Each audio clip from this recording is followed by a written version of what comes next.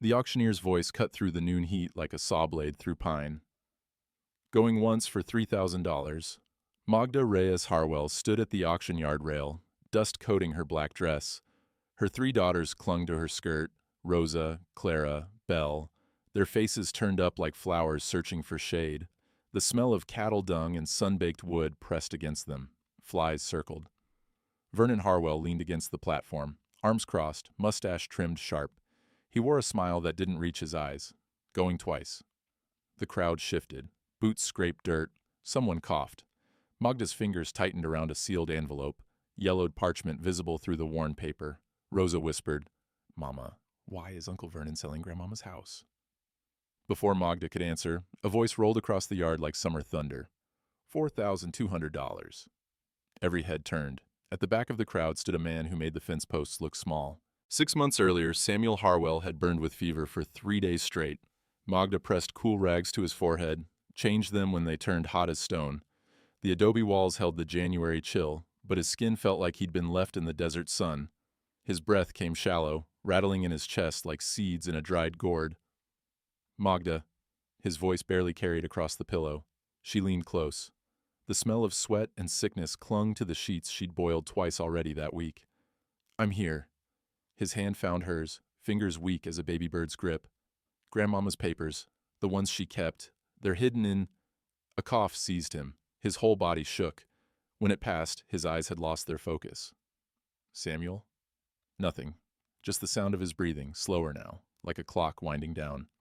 By dawn, he was gone. The preacher came at sunrise. Vernon and Lucas arrived before the body was cold. Magda heard their wagon before she saw it, the creak of wood, the jangle of harnesses. She stood in the doorway, Rosa pressed against her side, Clara and Belle still sleeping inside. The morning light turned the desert gold, but all she could see was the dust cloud rising behind two horses. Vernon climbed down first. He wore his good coat, the one with the silver buttons. Lucas followed, shorter, thicker, quieter. They walked toward the house like men who'd already decided something. "Sister." Vernon removed his hat. His voice carried the weight of a man performing duty. "We came soon as we heard." "The preacher just left." "We know." He stepped onto the porch without asking. The boards groaned under his boots. "Lucas and I talked it over. You can't run this place alone, not with 3 girls and no man." Magda's jaw tightened. "Samuel left?" "Samuel left debts." Vernon's tone sharpened. "And a widow with mouths to feed. We're family. We'll manage things until you remarry." I don't need... You do." He moved past her into the house. Lucas followed. Their boots tracked dirt across the floor she'd scrubbed 2 days ago. Vernon surveyed the room like a man taking inventory. His eyes lingered on the wooden chest, the iron stove, the hooks where Samuel's coat still hung. "We'll bring our things tomorrow," he said. "Get the south pasture ready for our cattle." "This is my home." Vernon turned. For the first time, she saw something cold behind his eyes.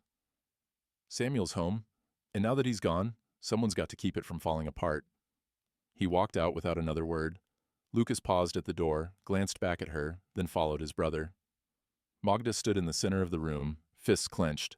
Rosa tugged at her skirt. "Mama, are they moving in with us?" Before she could answer, she heard it, a soft scraping sound from the bedroom. She walked to the doorway and stopped.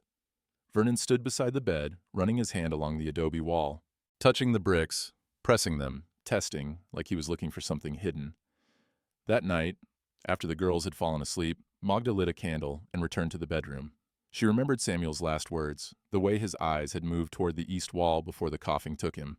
She pressed her palm against each brick, working her way across. Most were solid, mortared tight, but near the corner one shifted under her touch. She pried it loose. Behind it, wrapped in oilcloth, lay an envelope. The paper was yellowed, brittle. The wax seal bore a mark she didn't recognize, a crown and crossed keys. Inside, pages covered in script she couldn't read, Spanish maybe, or something older. She folded the envelope into her apron and replaced the brick. 3 hours later, she woke to the sound of wagon wheels. Through the window, she saw Vernon and Lucas in the yard, unloading furniture by lantern light. They'd brought everything they owned. The next morning, Vernon found her at the chicken coop. She was scattering feed, the girls helping. He walked up close, too close, and spoke low enough that only she could hear. "You'll do what we say. You'll cook, clean, and keep quiet. And when a suitable man asks for you, you'll say yes. Understood? This is my land. His hand moved faster than she expected. The slap echoed off the adobe walls. Rosa stood in the doorway. She'd seen it all. Vernon leaned close, his breath hot against Magda's ear. Not anymore. 4 months passed like water through cracked earth. Vernon ran the ranch. Lucas handled the cattle. Magda cooked and cleaned and kept her daughters close. She learned to move quietly, to answer yes or no, to watch Vernon's hands and know when to step back. The envelope stayed hidden in her apron pocket, against her heart. On a Tuesday morning in early July, Sheriff Tunstall rode up with papers in his saddlebag. Vernon met him at the gate, shook his hand, and walked him to the porch. They talked in low voices while Magda swept the steps. The sheriff glanced at her, then away. The leather of his gun belt creaked as he shifted his weight. Mrs. Harwell. He pulled a document from his coat. I'm serving you notice of eviction. 30 days from today, this property will be sold at public auction to satisfy outstanding debts. The broom slipped from her hands. What debts? Vernon stepped forward. Samuel took a loan from the bank, $2,000. Used the ranch as collateral. He did. Vernon produced another paper, unfolded it with deliberate slowness. His signature, right here. And there's more. He handed her a third document. She couldn't read all the words, but she recognized the header. Last will and testament. Samuel left everything to his blood kin, Vernon said. That's me and Lucas. You get nothing. The sheriff cleared his throat. Ma'am, the law's clear. If you can't pay the debt, the property goes to auction. If the will says, I'm his wife. You bore him no sons. Vernon's voice was flat.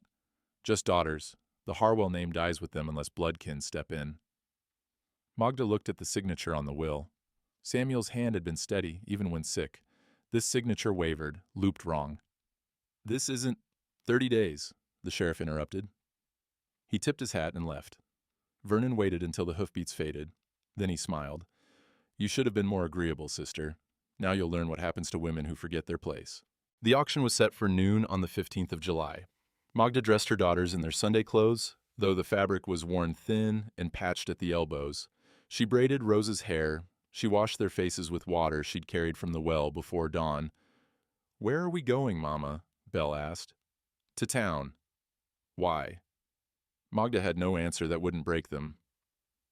They walked the 3 miles in silence. The sun climbed higher, dust coated their shoes. By the time they reached the auction yard, sweat had soaked through Magda's dress. The yard was packed, 50 men, maybe more, ranchers in wide-brimmed hats, townsmen in suits. A few women clustered near the water trough, whispering behind their hands. Vernon stood on the platform beside the auctioneer, arms crossed. He'd shaved that morning, his boots were polished. The auctioneer banged his gavel against the post. The sound cracked across the yard like a rifle shot. Gentlemen, we're here to auction the Harwell Ranch. 640 acres, more or less, with water rights included. Prime grazing land, good well, solid adobe house. Someone in the crowd called out, What about the widow? The auctioneer glanced at Vernon. Vernon stepped forward. My late brother's widow will vacate the property upon sale. She has no legal claim. The land reverts to bloodkin. That's myself and my brother Lucas. But we're settling his debts through this auction. A murmur rippled through the crowd. Furthermore, Vernon continued, his voice rising, she bore my brother only daughters, no sons to carry the Harwell name. By law and tradition, she has no inheritance rights. Magda felt every eye turned toward her. She stood at the rail, Rosa on one side, Clara and Belle pressed against her skirt. The smell of manure and hot wood burned her nostrils. Flies landed on her arms. Rosa whispered, Well, Mama, why is everyone staring? The auctioneer cleared his throat. Opening bid is $3,000. Do I hear 3,000? Silence. Vernon shifted his weight. His smile tightened.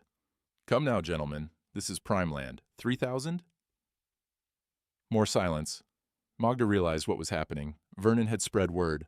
No one would bid against him. He'd buy it back for nothing and keep the bank's money. Going once for 3,000. She felt Rosa's hand slip into hers. Going twice. Belle started to cry, quietly, the way she'd learned to cry when Vernon was in the house.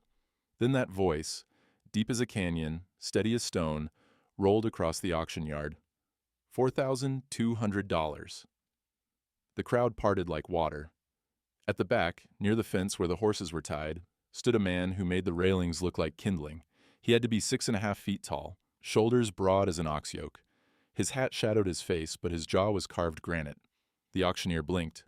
"Did you say $4,200? The giant stepped forward. His boots were dusty but well made. His hands hung loose at his sides, scarred and massive. "Cash, today."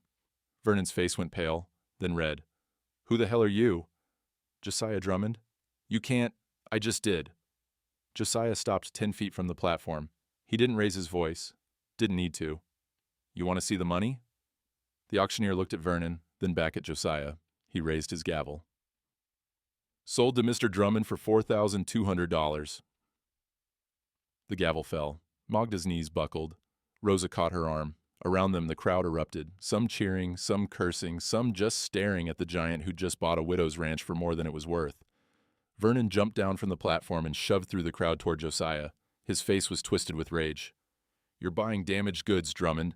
That woman's got nothing but a barren womb and 3 daughters who'll never carry a name worth speaking."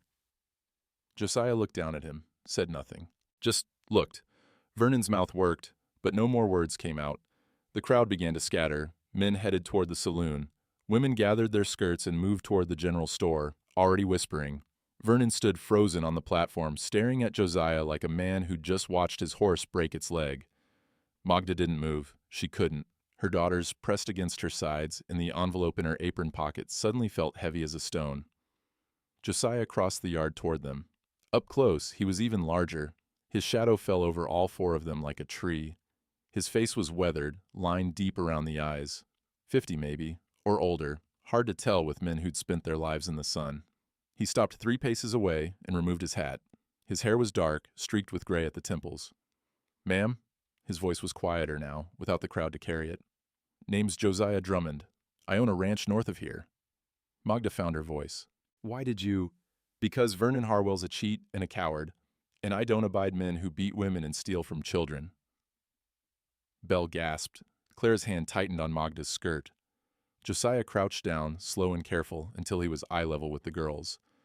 "I'm not taking your home away. I bought it to hold it, not to keep it."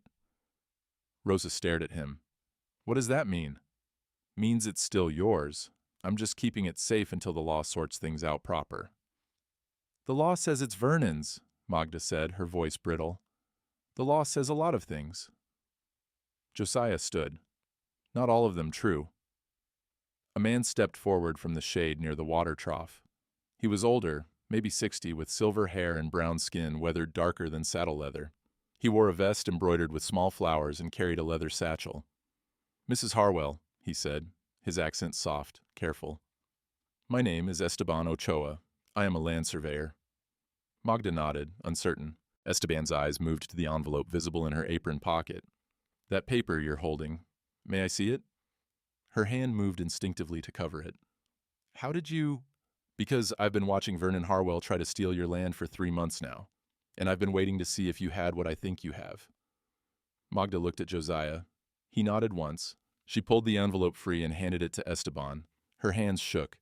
Esteban opened it with the care of a man handling something sacred. He unfolded the pages and his eyes moved across the words. Spanish script, faded but still clear, a wax seal at the bottom, cracked with age but intact. His face changed. Something like relief or vindication settled into the lines around his mouth. "Where did you get this?" he asked. "My husband. Before he died. He said his grandmother kept papers." Esteban looked up. "Do you know what this is?" "No." He turned the document so she could see the seal, a crown over crossed keys. "This is a Spanish land grant, royal decree, dated March 1768. The words meant nothing to her. Josiah leaned closer. Esteban's finger traced the script. It says, "By order of His Majesty Carlos III, King of Spain, let it be known that the lands described herein are granted to Doña Esperanza Reyes and her daughters, in perpetuity, for faithful service to the crown." Magda's breath stopped. "Esperanza Reyes. That was my grandmother's name." "I know," Esteban smiled. "This grant covers 720 acres. It includes the water source, the grazing lands, and the adobe house. All of it. And under Spanish colonial law, property granted to a woman passes to her daughters. Not to sons, not to husbands, daughters." Rosa looked up at her mother. Grandmama owned the land? She did, Esteban said. And when she died, it passed to your mother's mother. And when she died, it passed to your mother. And when your mother dies, God willing, not for many years, it will pass to you three. Magda felt the world tilt. But the will, Samuel's will, Vernon said. Vernon's will means nothing if this document is valid, Josiah said. Spanish grants predate American law. They were honored when the territory became part of the United States. We're honored, Esteban repeated, his tone careful. But Anglo courts don't always recognize them, especially when a woman is the claimant. The hope that had flared in Magda's chest flickered. Then it's worthless. Not worthless, difficult. Esteban folded the document carefully. The original boundary markers are still out there, stone cairns with Spanish inscriptions. If we can find them, if we can prove this grant matches the land you're standing on, then you have a legal claim that supersedes Vernon's forged will. Forged? Esteban and Josiah exchanged a look. Samuel's handwriting, Josiah said slowly. You see it every day? I did. Letters. Notes he left for me. Then you'd know if his signature looked wrong. She thought of the will. The way the letters had looped, too loose, too uncertain, Samuel's hand had been firm, even in sickness. It wasn't his, she whispered. No, Josiah said. Told me it wasn't. Magda looked at her daughters. Rosa's face was fierce with hope. Clara and Belle watched their mother like they were waiting for the world to make sense again. If that's true, Magda said, why hasn't Vernon been arrested? Esteban's expression darkened. Because the judge is his cousin, the sheriff drinks at his table, and the bank holds his debt. Power isn't just money, Mrs. Harwell. It's who sits in the right chairs. Then what do I do? Josiah put his hat back on. You come with me, you and your girls. Stay at my ranch while we sort this out. I don't even know you. No, but I know Vernon, and if you stay in town tonight, he'll make sure you don't see mourning. The words hung in the hot air. Magda looked back toward the auction platform. Vernon was gone. So was Lucas. She turned to Josiah. Why are you helping me? His jaw tightened. For a moment, he looked somewhere far away. I lost my wife and son 10 years ago. Childbirth. I wasn't there. Couldn't save them. He met her eyes. I can't fix that, but I can damn sure stop Vernon Harwell from taking what's yours. Belle reached out and took Josiah's hand. Just took it, like she'd known him all her life. He looked down at the little girl. Something in his face softened. All right then, Magda said. Esteban stepped closer. His voice dropped low. Mrs. Harwell, if this grant is real, and I believe it is, you need to understand something. What? Vernon will do worse than steal your land. He'll destroy your name. The courthouse sat on the edge of town like a judge's gavel, waiting to fall. 2 stories of brick, narrow windows, a flag that hung limp in the July heat. Magda climbed the steps with Esteban at her side. Josiah followed 3 paces back, his shadow covering both of them.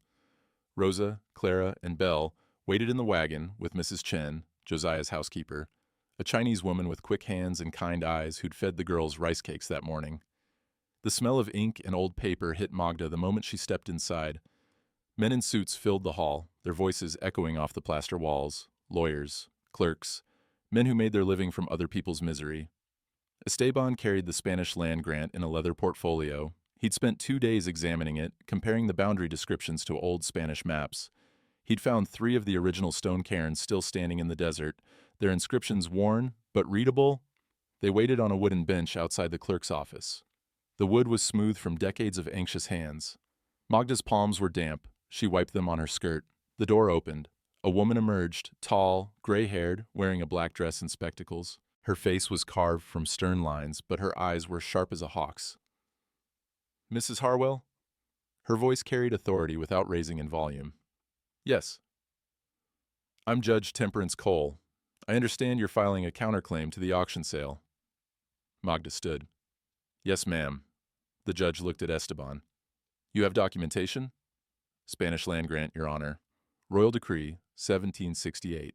It covers the property in question and establishes matrilineal inheritance. Judge Cole took the portfolio and examined the document.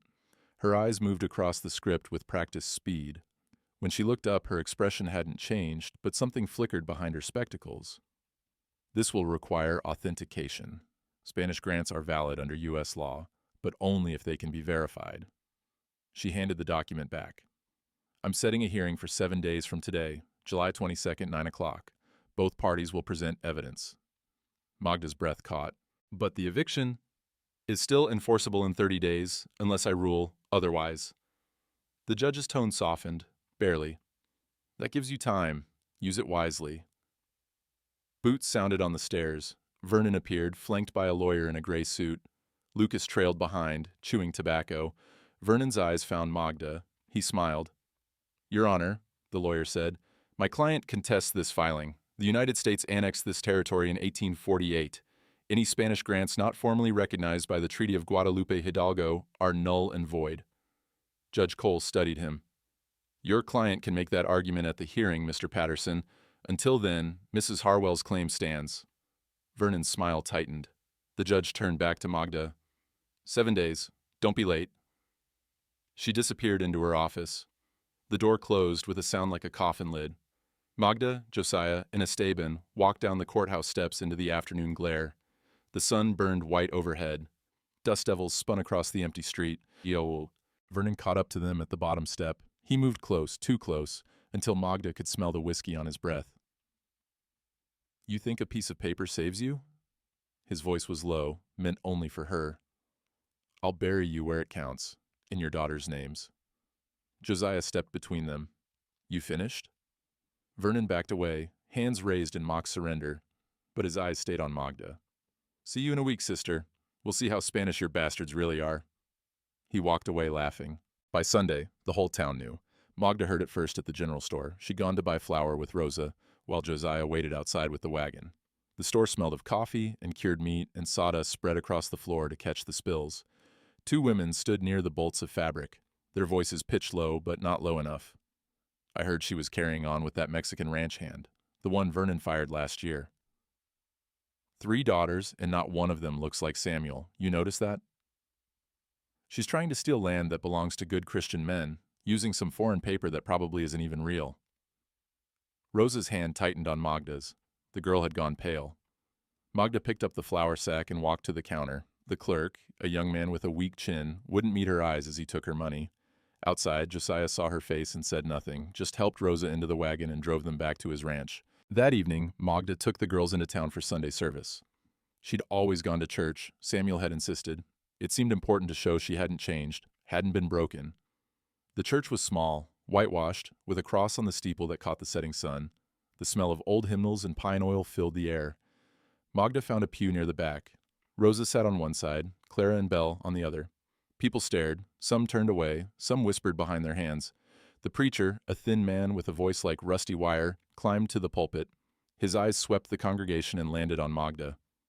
Brothers and sisters, he began, we live in troubled times, when the foundations of family are threatened, when women forget their place and children forget their fathers. Magda's spine stiffened. The good book tells us that illegitimate children shall not inherit, that the sins of the mother are visited upon her offspring, that a woman who strays from her husband's bed brings shame not just upon herself but upon the community that harbors her. The church was silent. Even the children had stopped fidgeting. We must ask ourselves, the preacher continued, his voice rising, what kind of town are we? Do we stand with righteousness, or do we shelter those who would use the courts to legitimize their fornication? Rosa's breathing had gone shallow. Clara started to cry, quietly. Magda stood. The pew creaked. Every eye turned toward her. She took her daughter's hands and walked down the center aisle. Her boots echoed on the wood floor. No one spoke. No one moved. She pushed open the door and stepped into the twilight. Behind her she heard Vernon's voice. Amen. That night, Rosa couldn't sleep. Magda found her on the porch of Josiah's ranch, sitting on the steps, staring at nothing. Mama? The girl's voice was small. What's a bastard? Magda's heart cracked. She sat down and pulled Rosa close. The desert air had cooled, but Rosa's skin was hot, feverish with shame she didn't understand. It's a word cruel people use to hurt children who've done nothing wrong. Are we bastards? No. Then why do they say it? Magda had no answer. She just held her daughter and listened to Clara and Belle sleeping inside, their breath soft and innocent. Through the window, she saw Vernon's silhouette passing on the road. He was heading toward town, toward the bank. Even from here, she could see him smiling. Josiah's ranch sat in a valley where cottonwood trees grew thick along a creek bed. The house was larger than Magda expected, 2 stories with a wide porch and shutters painted green. Behind it stood a barn, a tool shed, and corrals where horses grazed in evening light. Mrs. Chin met them at the door. She was small, barely 5 feet, with gray streaks in her black hair pulled tight in a bun. She wore an apron over a plain brown dress and spoke English with an accent that clipped the ends of words short. "You bring the children," she said, not a question. "Good. They eat now, then sleep." She disappeared into the kitchen. The smell of cooked rice and ginger drifted through the house. Josiah showed them to the back room. It was clean, spare, 2 beds with quilts, a washstand with a pitcher and basin, a window that looked out over the creek. He'd already set up a 3rd small cot near the wall. "I built this for—" He stopped, started again. "It's been empty a while. You'll have privacy here, door locks from the inside." Magda set down the small bag that held everything they owned. "Mr. Drummond, I can't pay you. Didn't ask you to. Why are you doing this?" He looked at her daughters. Belle had already claimed the small cot and was testing the mattress with both hands. Clara explored the washstand. Rosa stood at the window. "Because if I don't," Josiah said quietly, "who will?" He left them to settle in. That night, Mrs. Chen fed them pork fried with vegetables and rice so white it looked like snow. The girls ate until their bellies were full. Belle fell asleep at the table. Josiah carried her to bed without waking her. The days took on a rhythm. Mornings, Magda helped Mrs. Chen with the cooking. The kitchen smelled of wood smoke and rising bread. Mrs. Chen taught her to fold dumplings, to steep tea until it turned the color of amber. They worked in comfortable silence, 2 women who'd learned that words weren't always necessary. Afternoons, Josiah worked. He never stayed idle. Magda watched him from the porch, splitting wood, mending fence posts, shoeing horses. His movements were deliberate, economical, no wasted motion. The sound of his hammer against nails echoed across the valley, steady as a heartbeat. He never spoke about his reasons, never asked for gratitude, just worked. But at dusk, after supper, he'd sit at the table with Rosa and spread out papers, legal documents, county records, the Spanish land grant. "Read this line," he'd say, pointing. Rosa would sound out the words, slowly at first, then faster. "Whereas the land described herein," good. What's herein mean? In here, in this paper. Right, keep going. Magda watched from the kitchen doorway, drying dishes. She'd never learned to read beyond simple words. Samuel had handled all the paperwork. Now her 9-year-old daughter was learning the language of law. One evening, Rosa reached for a document on the corner of the table and knocked over a stack of papers. They scattered across the floor. She scrambled to pick them up, apologizing. Josiah waved her off. No harm done. But Rosa had stopped. She was staring at one of the pages, her brow furrowed. "Mr. Drummond? What's this?" Josiah looked. His expression didn't change, but something shifted in his eyes. "Let me see." Rosa handed him the paper. Magda moved closer. It was an official document stamped with the county seal. At the top, Water Rights Registry, Socorro County, New Mexico Territory. Halfway down the page, a name, Magdalena Reyes, not Harwell, Reyes, her maiden name. Filed April 14th, 1879. Magda's hand went to her throat. "I don't understand." Josiah read the document twice. Then he stood, walked to his desk, and pulled out another paper, the deed Vernon had presented at the auction. He laid them side by side. "Your husband filed the water rights in your maiden name," Josiah said slowly. 2 years before he died. Why would he do that? Maybe he knew his brothers were trouble. Maybe he wanted to protect you. Josiah's finger traced the line. Water rights are separate from land ownership in the territory. You can own land without owning the water, and in the desert, water is everything. Magda stared at her name on the official registry. Vernon doesn't know. Probably not. He focused on the land deed, never thought to check the water. Rosa looked up. "Does that mean Uncle Vernon can't use the well?" "It means," Josiah said carefully, "that even if Vernon somehow wins the land, he can't access the water without your permission. And a ranch without water is just 640 acres of dust." Magda sat down. Her legs had gone weak. "This could stop him." "It could, but it's a trap too." Josiah folded both documents. If he finds out before the hearing, he'll file a challenge. Try to get the water rights transferred to him. Claim Samuel made a mistake, or that you forged the paperwork. I didn't. I know, but Vernon's got the judge's ear and the bank's money and half the town thinking you're a... He stopped, glanced at Rosa. Thinking poorly of you? The room went quiet except for the sound of the wind through the cottonwoods outside. Clara appeared in the doorway, rubbing her eyes. Mama, when are we going home? Magda's throat tightened. Soon, baby. But Uncle Vernon said... Don't worry about what he said. Clara climbed into her mother's lap and fell back asleep. She smelled of Mrs. Chen's soap, lavender, and lye. Josiah gathered the papers. I'll talk to Judge Cole, quietly. See if we can use this at the hearing. Will she help? She's fair. That's all we can ask for. 2 days later, Judge Temperance Cole arrived at the ranch just after dawn. She rode alone, side saddle, her black dress dusty from the road. Josiah met her at the gate and brought her to the house. Magda served coffee on the porch. The judge took her cup and sipped it black, no sugar. Mrs. Harwell, she began, I've reviewed the water rights registry. It's legitimate, properly filed and witnessed. Then Vernon can't use the water, but he can challenge the filing, claim it was done under duress or without proper authority, or a dozen other legal arguments. The judge set down her cup. What you have here is leverage, not victory. What's the difference? Leverage means you have something he needs. Victory means he can't take it from you. Judge Cole's eyes were hard. In court, I can rule on the Spanish land grant. If it's authentic, if the boundary markers match, if the chain of inheritance is clear, you win the land. But water rights? That's a separate case. Could take months. Esteban had joined them on the porch. He'd ridden over that morning with new survey maps.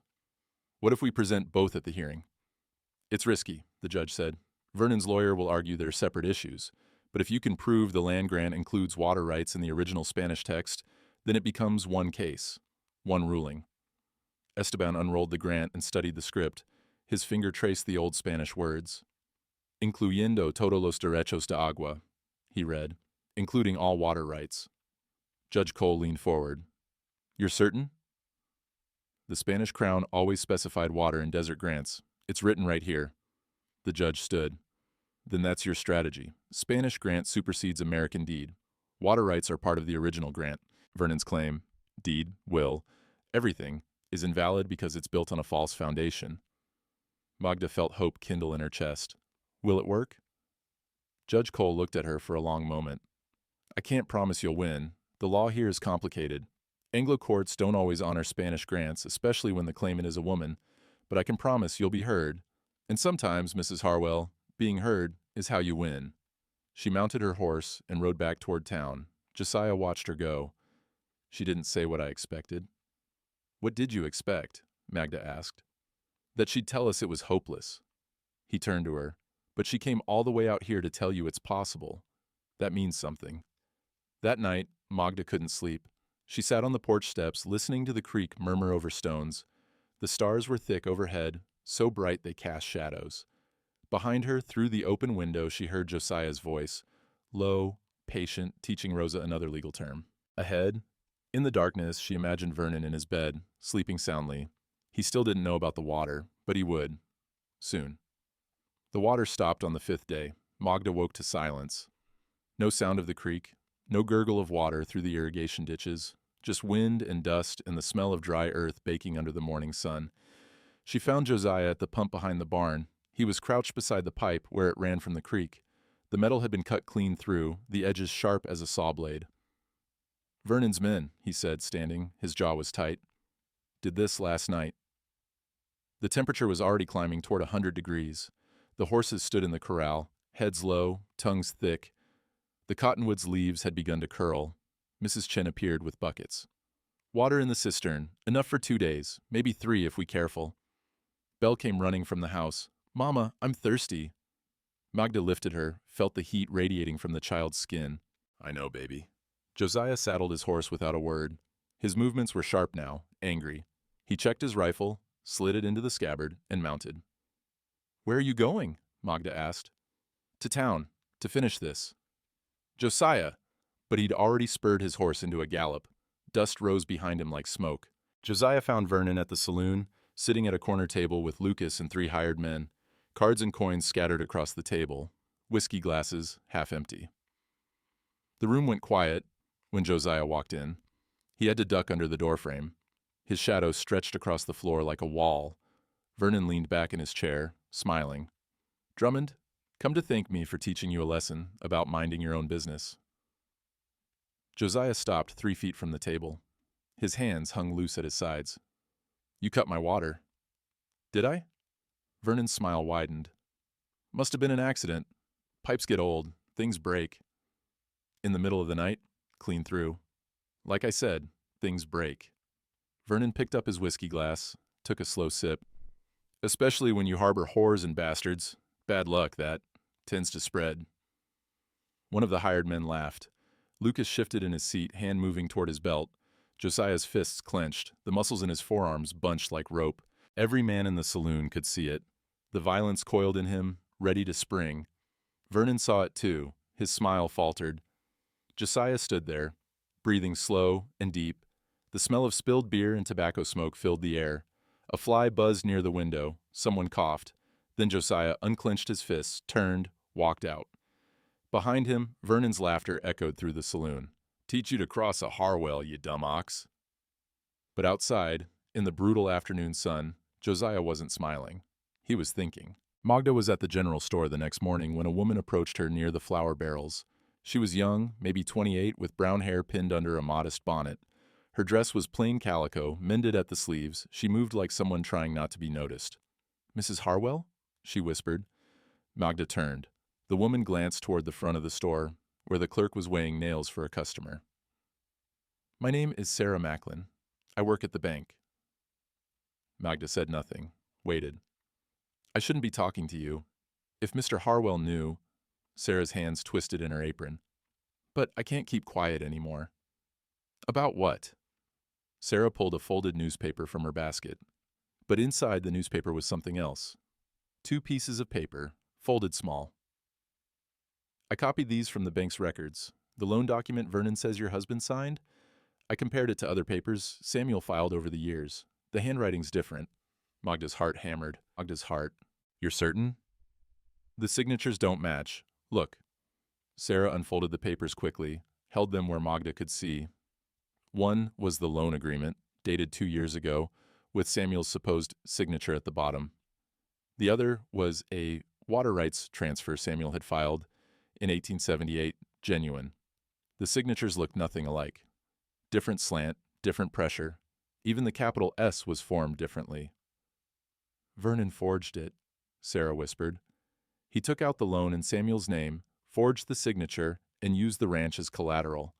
When the bank tried to collect, Samuel was already dead." "Why didn't you tell anyone?" Sarah's eyes filled with tears. "Because my husband works for Vernon, and because the last woman who crossed Vernon Harwell ended up beaten so bad she lost the baby she was carrying." Her voice dropped even lower. "That was me, 2 years ago." Magda stared at her. "I got nowhere to go, Mrs. Harwell. No family, no money. My husband drinks away what little we earn, and when he comes home angry, I'm the one who pays." Sarah pressed the papers into Magda's hands. "But you've got a chance. You fight. And maybe if you win, other women will see that fighting's possible." "What if they find out you helped me? Then I'll deal with it." Sarah's jaw tightened. "Some things are worth the risk." She turned and walked away, her basket on her arm, just another woman buying flour and sugar on a Thursday morning. Magda stood there, papers hidden in the folded newspaper, her hands shaking.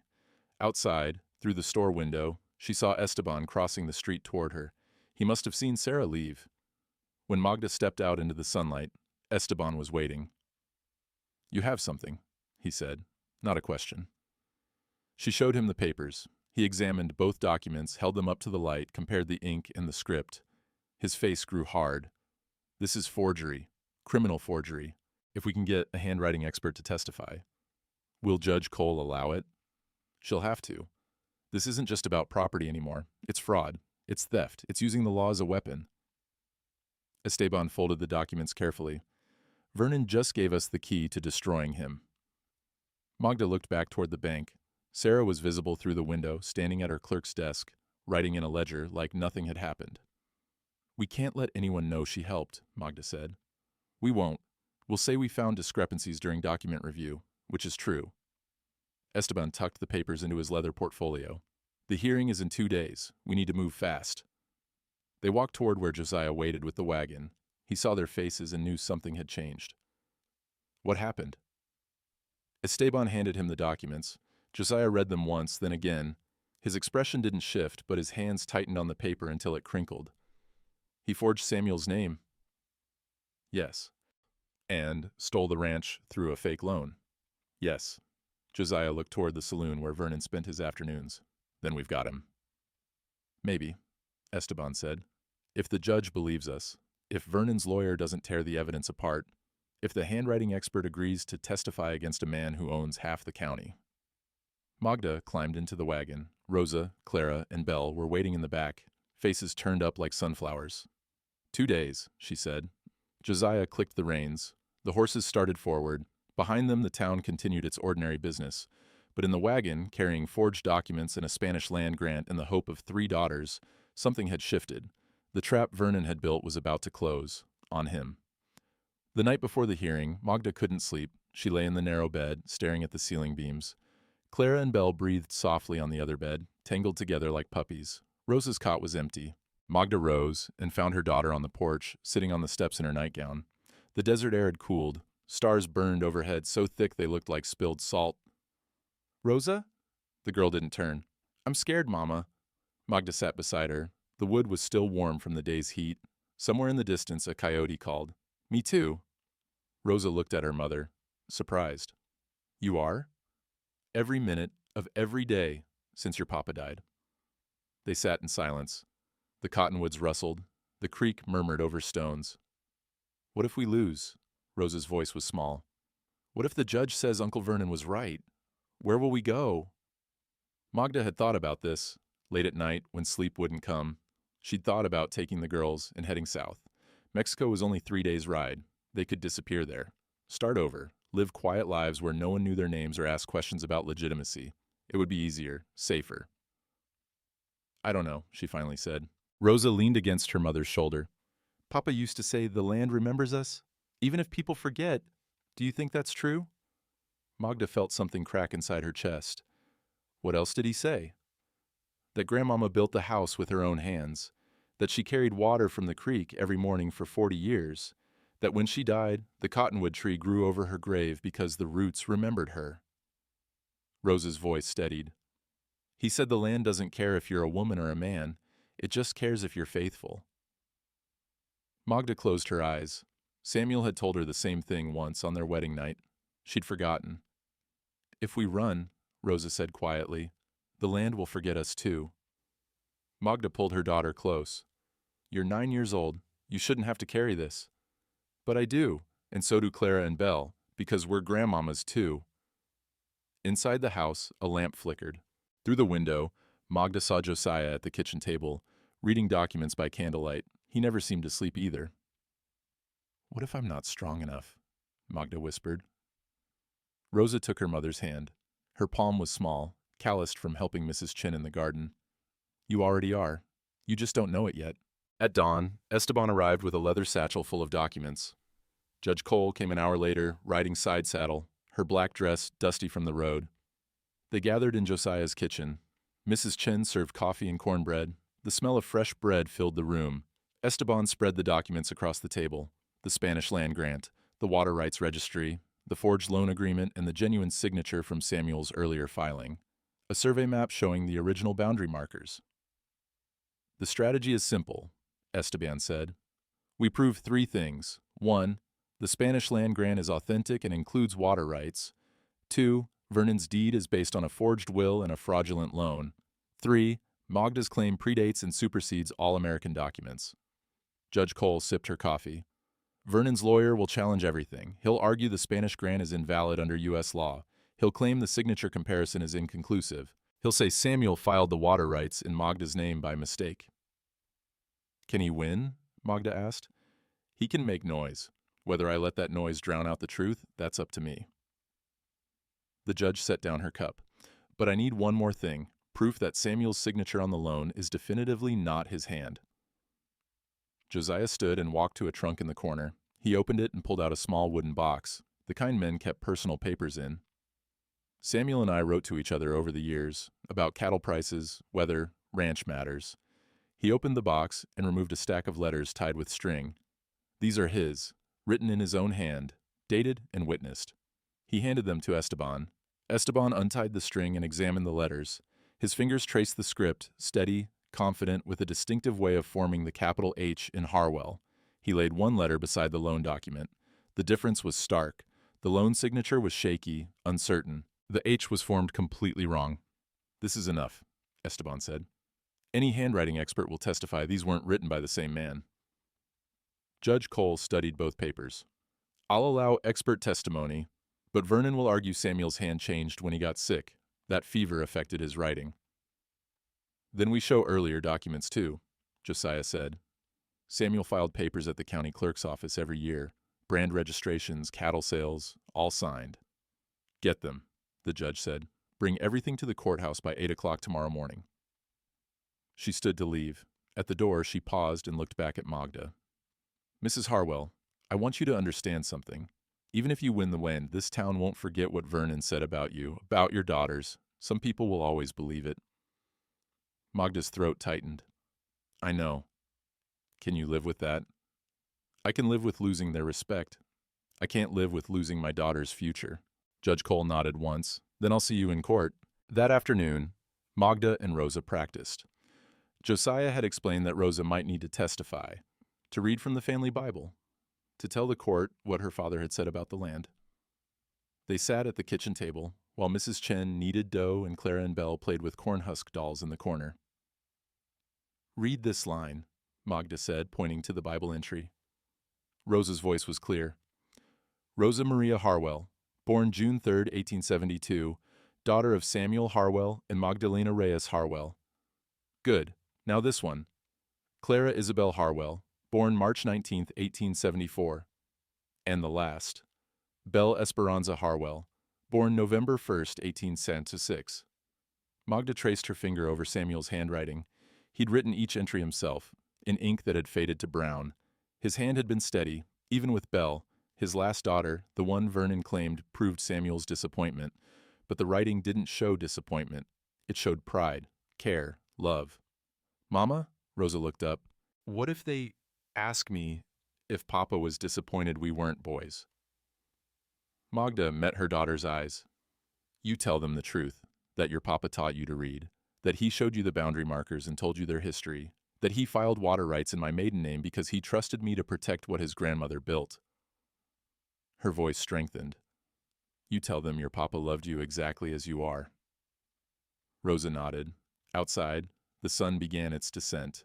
Tomorrow, by this time, they would know. Josiah came in from the barn, his shirt damp with sweat. He'd been preparing the wagon for the morning ride to town. "Everything's ready," he said. Magda looked at the documents spread across the table. The Spanish grant with its faded ink and royal seal, the water rights registry with her maiden name, the letters proving forgery, the Bible with her daughter's births recorded in Samuel's careful hand, everything they had, everything they were. "What if it's not enough?" she whispered. Josiah didn't answer right away. He poured himself water from the pitcher, drank it down, and set the cup on the counter. "Then we'll know we fought," he said. "And your daughters will know their mother didn't run." That night, Magda read to the girls from the only book they owned, the family Bible. She read the story of Ruth, who left everything she knew to follow Naomi to a foreign land, who gleaned in the fields and worked with her hands and earned her place through faithfulness. When she finished, Belle was already asleep. Clara's eyes were heavy. Rosa lay awake, staring at the ceiling. "Mama," Rosa said, "will Mr. Drummond stay with us, after?" "I don't know, baby. I hope he does. He's kind, like Papa was." Magda blew out the lamp. Darkness filled the room. Outside, through the window, she could see Josiah's silhouette on the porch. He sat in the rocking chair, unmoving, keeping watch. Tomorrow would come, whether she was ready or not. The courthouse was packed by 8:30. Men lined the walls, women filled the benches. The smell of sweat and tobacco hung thick in the air despite the open windows. Magda sat in the front row with her daughters. Rosa wore a clean dress Mrs. Chen had pressed that morning. Clara and Belle sat straight-backed, hands folded, faces solemn. Josiah stood behind them, his hat in his hands. Esteban sat to Magda's left, the leather portfolio on his lap. Across the aisle, Vernon wore a new suit. His lawyer, Mr. Patterson, gray-haired and expensive, shuffled papers at the defendant's table. Lucas slouched beside his brother, chewing tobacco into a tin cup. At 9 o'clock, Judge Cole entered. Everyone stood. The rustle of fabric and the scrape of boots on wood filled the room. "Be seated." The judge's voice cut through the noise like a blade. She settled behind her elevated desk, arranged her papers, and looked out over the courtroom. "This is a property dispute, Harwell versus Harwell. We will conduct ourselves with decorum. Anyone who disrupts these proceedings will be removed." Her eyes swept the room. No one moved. "Mr. Ochoa, you're representing Mrs. Harwell. Present your case." Esteban stood. He was shorter than most men in the room, but when he spoke, his voice carried weight. "Your Honor, we will prove 3 facts. First, that this property was granted to Doña Esperanza Reyes by royal Spanish decree in 1768, establishing matrilineal inheritance. Second, that the defendant's claim rests on forged documents. Third, that water rights to this property remain in Mrs. Harwell's legal name, making any competing claim worthless." A murmur rippled through the crowd. Judge Cole's gavel cracked. Silence. Esteban opened the portfolio and removed the Spanish land grant. He approached the bench and handed it to the judge. "This is the original grant, written in Spanish, sealed with the royal mark of Carlos III. It describes 720 acres along the Rio Salado, including all water rights. It grants the land to Doña Esperanza Reyes and her daughters, in perpetuity." Judge Cole examined the document. She held it up to the light from the window. The wax seal caught the sun, deep red and cracked with age. "You have authentication?" she asked. "I do." Esteban called his first witness. "I call myself to testify as a certified land surveyor for the territory of New Mexico." He took the stand, his hand on the Bible, his oath sworn. For 20 minutes, he described the boundary markers he'd found. Stone cairns inscribed with Spanish text, measurements that matched the grant exactly, a chain of ownership documented in Spanish colonial records, then Mexican territorial records, then early American surveys. Patterson cross-examined. "How do we know these markers weren't placed recently? How do we know this grant wasn't fabricated?" "The stone is weathered by over a century of wind and rain. The inscriptions are worn but readable, and the grant bears the seal of a king who died in 1788. Esteban's voice was steady. "Unless someone has access to 18th century royal wax in a time machine, this document is genuine." Scattered laughter. Judge Cole didn't smile, but her eyes held something like approval. "Next witness," she said. Esteban called Josiah. The big rancher walked to the stand. He had to adjust the chair before he could sit. His hands dwarfed the Bible. "Mr. Drummond, how did you know Samuel Harwell?" "We corresponded for 15 years, bought cattle from each other, traded advice on drought management." "Do you recognize his handwriting?" "I do." Esteban produced the letters from the wooden box. "Are these written in Samuel Harwell's hand?" Josiah examined them. "Yes." Then Esteban placed the loan document beside the letters. "And the signature?" Josiah looked, his jaw tightened. "That's not Samuel's hand. How can you be certain?" Samuel formed his capital H with 2 strokes. Down, across, down. This signature uses 3 strokes and slants the wrong direction. Samuel's hand was steady even when he was sick. This shakes like a man trying to copy something he's seen but never wrote himself. Patterson stood. "Objection. Mr. Drummond is not a handwriting expert." "Sustained," Judge Cole said. "But I'll allow his testimony as a character witness familiar with the deceased's writing habits." Esteban nodded. "Your Honor, I have one more witness." He gestured toward the front row. "I call Rosa Maria Harwell." Magda's breath stopped. They'd practiced this. But seeing her 9-year-old daughter stand and walk toward the witness stand made her heart clench. Rosa's steps were small but steady. She climbed into the chair. Her feet didn't touch the floor. The clerk held out the Bible. "Do you swear to tell the truth, the whole truth, and nothing but the truth, so help you God?" "I do." Rosa's voice was clear. Esteban approached gently. "Rosa, Do you know why you're here? Yes, sir. To tell the court about my papa. Did your papa ever talk to you about this land?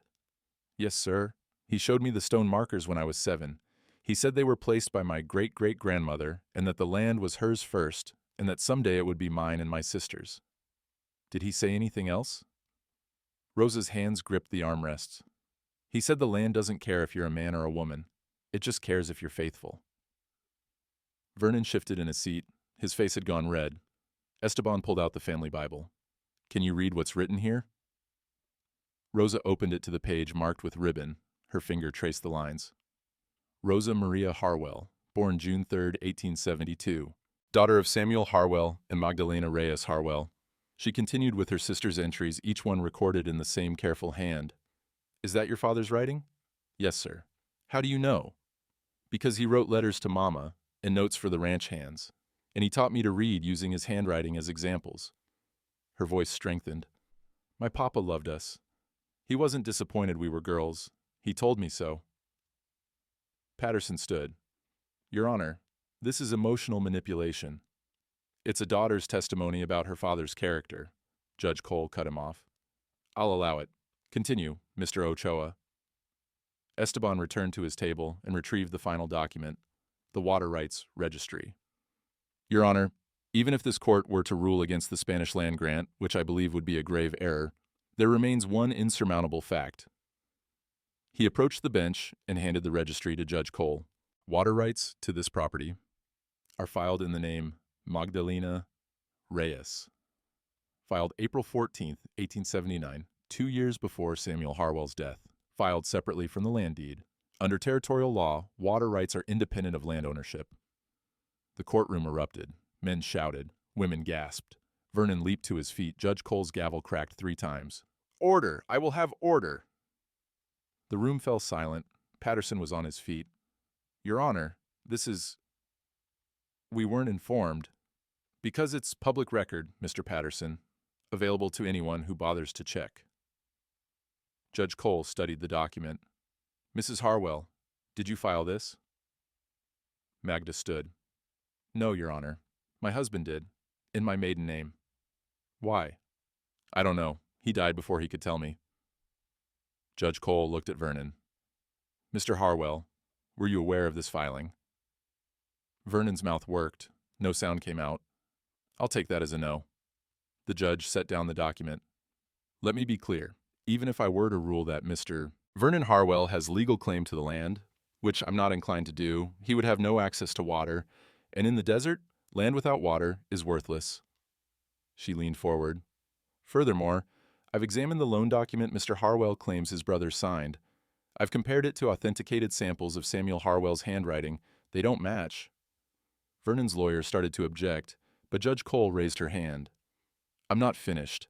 The Spanish land grant has been authenticated by a certified surveyor. The boundary markers exist. The chain of inheritance is documented. Under the Treaty of Guadalupe Hidalgo, valid Spanish grants are recognized by United States law. She lifted her gavel.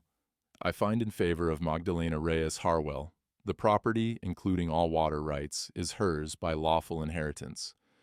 The loan document is fraudulent. The will is forged. Mr. Vernon Harwell, she paused. You are under arrest for fraud, forgery, and theft. The gavel fell. The courthouse steps emptied slowly. Men filed out, talking in low voices. Women clustered in groups, whispering behind gloved hands. Vernon stood in handcuffs between 2 deputies. His face had gone pale, then red, then pale again. Lucas had already disappeared. His horse was gone from the hitching post. Sheriff Tunstall clicked the handcuffs tighter. The metal scraped against Vernon's wrists. You got anything to say? Vernon looked across the steps at Magda. She stood with her daughters, Josiah behind them like a wall. You'll never survive out there alone, Vernon spat.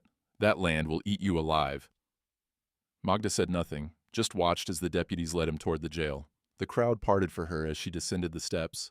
Some faces held respect. Others showed shame. A few, mostly women, nodded as she passed. Sarah Macklin stood near the corner of the building, half hidden in shadow. When Magda looked at her, Sarah touched 2 fingers to her heart, a small gesture. Private. Magda returned it. At the bottom of the steps, the preacher approached. He removed his hat, twisted it in his hands. Mrs. Harwell, I owe you an apology. What I said from the pulpit was wrong, Magda finished. It was wrong, and my daughters heard it. The preacher's face reddened. I was repeating what I'd been told. You were repeating lies because Vernon Harwell paid for the church's new roof. Esteban stepped forward. Everyone in town knows it. The preacher opened his mouth, closed it, finally nodded. You're right. I'm sorry. Magda looked at Rosa, Clara, and Belle. Tell them. The preacher crouched down. Girls, I'm sorry. What I said about you wasn't true. Your father loved you, and you have every right to inherit what's yours. Belle, at 5 years old, looked him dead in the eye.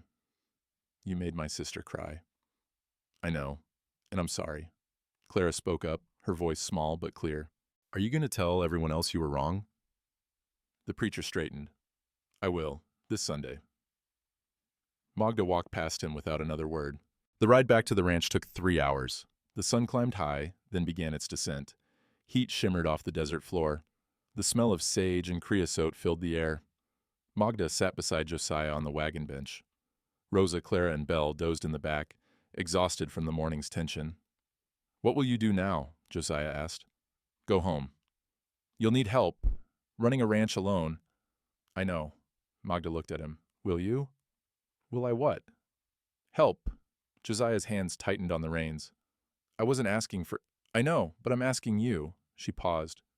Not because I need rescuing, because I trust you. He didn't answer for a long while. The wagon creaked. The horse's hooves clopped against hard-packed earth. All right, he finally said. They reached the Harwell ranch, Magda's ranch now, just before sunset. The adobe house stood solid against the golden light. The cottonwood tree's leaves rustled in the evening breeze. Magda climbed down from the wagon. Her boots touched the earth, and something inside her settled. She walked to the well. The pump handle was rusted from 6 months of Vernon's neglect, but it still worked. She gripped it with both hands and pushed down. The mechanism groaned, squeaked, then water gushed from the spout, clear, cold, sweet. Rosa ran forward and cupped her hands under the flow. She drank, then splashed her face. Clara and Belle followed, squealing as water soaked their dresses. Josiah opened the irrigation gate. Water flowed into the ditches that Samuel had dug years ago. The channels filled, the dry earth drank. Within minutes, the smell changed. Dust became mud. The cottonwood's roots would drink tonight. Magda stood at the well, one hand on the brass pump handle Samuel had installed. She could feel the grooves his palm had worn into the metal. Rosa appeared at her side. We're home. Yes. For real this time? For real. Belle tugged at Josiah's hand. Mr. Drummond, will you stay for supper? He looked at Magda. She nodded. I reckon I will, he said. The sun touched the horizon. Light turned the desert gold, then amber, then deep orange. The water in the ditches caught the last rays and gleamed like copper. Magda watched her daughters play in the irrigation channels, their laughter echoing off the adobe walls. She watched Josiah check the pump mechanism, his large hands gentle on the old brass. She thought of her grandmother, Esperanza, of her mother, whose name she'd never known, of Samuel, who'd protected her even after death by filing water rights in her maiden name. The land remembered, just as Rosa had said, and now it would remember them too. Now, I told you at the start, this weren't no story about rescue. It's about what a woman does when the law tries to erase her name and her daughters' names and the names of every woman who came before. Magda didn't need Josiah to fight her battles. She needed him to buy her time. And time, in the desert, is the difference between dust and bloom. That town learned something that summer of 1881. Learned that a woman with her grandmother's deed and her daughter's faith is harder to break than drought-hardened clay. Learned that water flows to those who hold the rights, not those who shout the loudest. 2 weeks after the hearing, Magda planted apricot saplings by the pump, trees that would take years to bear fruit. Years she now had. Her daughters played under the cottonwood, their laughter carried on the evening wind. Josiah mended fence posts at the property line, not because she'd asked, but because that's what partners do. Mrs. Chen arrived twice a week with rice cakes and sharp advice in her clipped English. The desert turned gold at sunset. Water glinted in the irrigation ditches, following the same paths it had followed for 100 years. The brass pump key hung on a nail beside the door, worn smooth by 3 generations of women's hands. Some folks say justice is blind, but I reckon justice just moves slow, like water through hard ground. It'll get where it's going, long as someone's willing to wait and fight and remember who they are. Magda stood on her porch that evening, watching the sun sink behind the mountains. Her land, her water, her daughter's inheritance. She'd stood alone when it mattered, and that made all the difference. If this story moved you, hit that like button and subscribe for more tales where the law catches up to what's right. Next time, we'll tell you about the blacksmith who forged his own justice when the railroad tried to steal his livery. We'll see you on the trail.